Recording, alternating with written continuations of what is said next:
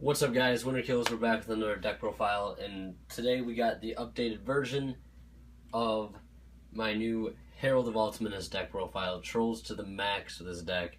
Very stun-based deck. One of my more funner decks to play.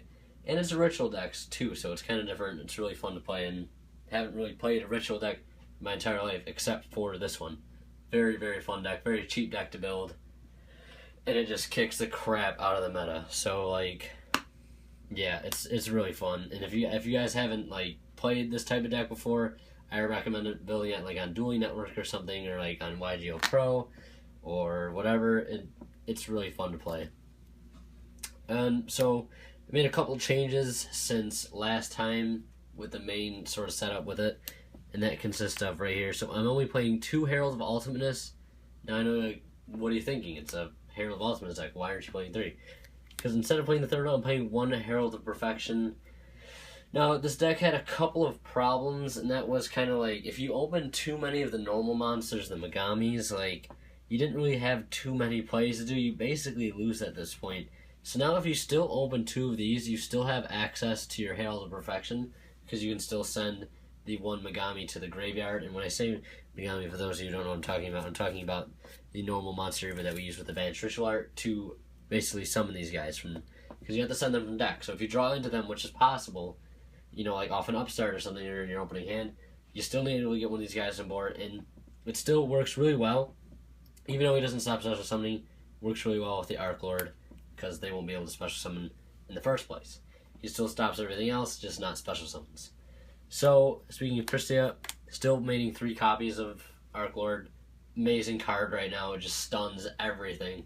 It's absolutely gorgeous to play. Next we have 3 Manju. Main Searcher adds a ritual spell or monster from deck to hand. Next we have 3 Senju adds a ritual monster from deck to hand. Now, even if you don't have... let's say, actually no, I should put it this way. If you're going to normal summon out your Manju, I would always search the spell depending on what you need, whatever the situation may be. So if you ever draw into this guy next, you search your monster off it, and you don't end up searching another monster that you don't need, because you already got a monster off the Manju, and you should get a spell off it, is what I'm trying to say, because then these searches will still be live.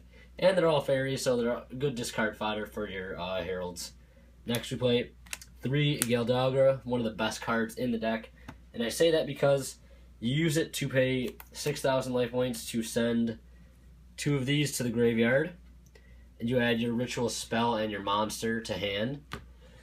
And basically, if you open this with Galdagra, or if you open Galdog and Christia, you can use this to pay 6,000 to send the 2 Herald of Arclights to the graveyard. And then, basically summon your Herald of Ultimateness, sending 2 more of these. And then you basically summon that. Then you special your Arc Lord. You add back 1 of these to your hand. And now your opponent can't special summon. You basically can negate every play that they do, based on discarding all your fairies. So opening this card in Christia is a very, very broken hand, in my opinion. So next we have the 3 normals, the 3 ultra rare Megamis that look so gorgeous like this. I love this artwork. Next we have the 3 Nikotama. This is part of the Spirit Engine. I really like the Spirit Engine. I know a lot of people like the Asian Engine. I'm just more familiar with the Spirit Engine, and I think it's a little more consistent, and it allows easy access to quick rank 4s, because you can just normal, and special out your Xyz monster without, being touched by a window, because that really hurts this deck. And next we have the 3 Aratama. I wish this guy was a fairy, but unfortunately he's not. But basically he's the main searcher. The Nikotama allows you to normal another one, and then you normal out this, and then you search another spirit, add it to your hand. Next we have 2 Herald of Orange Light. Basically this is just, you can pitch this in another fairy to negate stuff until you get that Herald on field and to start negating stuff for real. Next we have 2 Izanami. This card is very nice for a little bit of draw power. So basically if you, where is it? If you have the Nikotama in your hand while this is on field, you can pitch this from hand to add it back as long as you have other targets in grave, and then you can use this card's effect to draw 1 card while it's sent to the graveyard while you have a spirit monster on field. So you can use this effect to send this to the graveyard, draw a card, and then add it right back and make more shenanigans with it. And of course, this will bounce back at the end phase, just like all the Spirit Monsters. Next, we're playing 2 Honest. Oh my god, I'm so glad this card is bumped up to 2.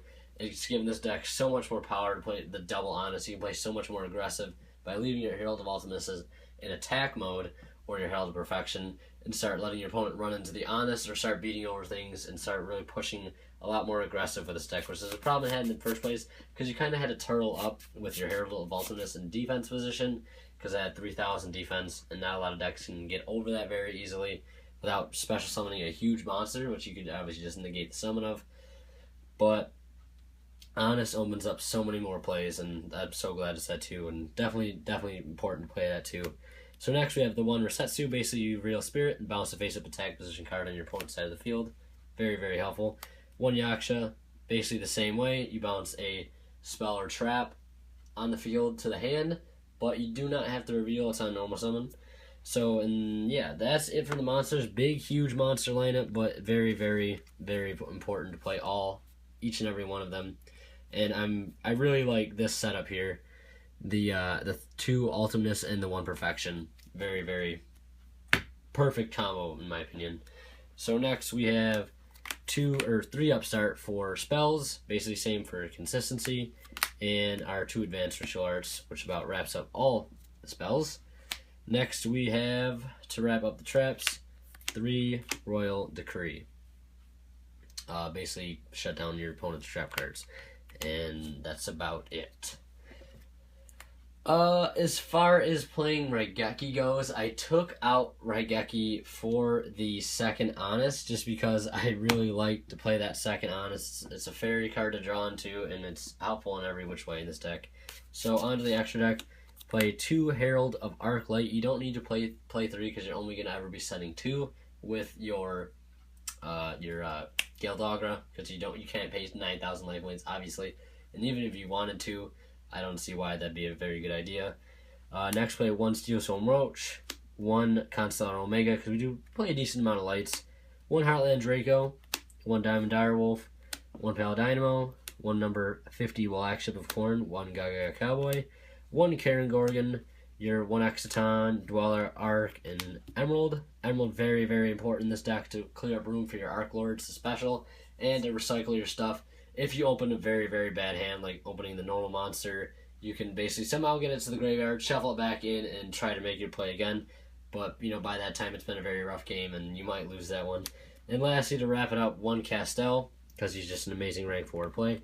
Another rank 4 I would recommend playing here is a Lavalval Chain, but I'm still working on getting one, so yeah, that's just another thing to look out for when you want to build this deck. So yeah, what do you guys think about this new Herald of Ultimateness build / Herald of Perfection? I wish the Herald of Ultimateness came in Ulti too, but I guess that would be too ironic, I guess. But anyways, very troll-based, stun-based deck, so much fun to play, guys. I would recommend playing it yourselves. Very awesome deck. And I will try to get some duels up at this video just so I can show you guys how controlling this deck is. And like, I've actually seen this deck play in some like high-ranked events, and it's done pretty well, surprisingly. I think I saw one playing YCS Milan, and it did very, very well. I think it top 32, I think there was a Herald of Ultimateness deck, which is very good for, like, you know, something that isn't Stellar Knight, Shaddoll, Burning Mist, or Clifford's, what have you. Very, very cool to see this deck do something like that. And, yeah, it's just basically perfect for the meta right now. So, anyways, I want to hear your guys' thoughts on what you think about the deck. If you have a certain variant that you run, let me know. Post down in the comment section below. As always, leave a like if you enjoyed. Subscribe to see more videos like this, and if you already haven't, your support means so much, guys. As always, Winter Kills. We'll see you next time.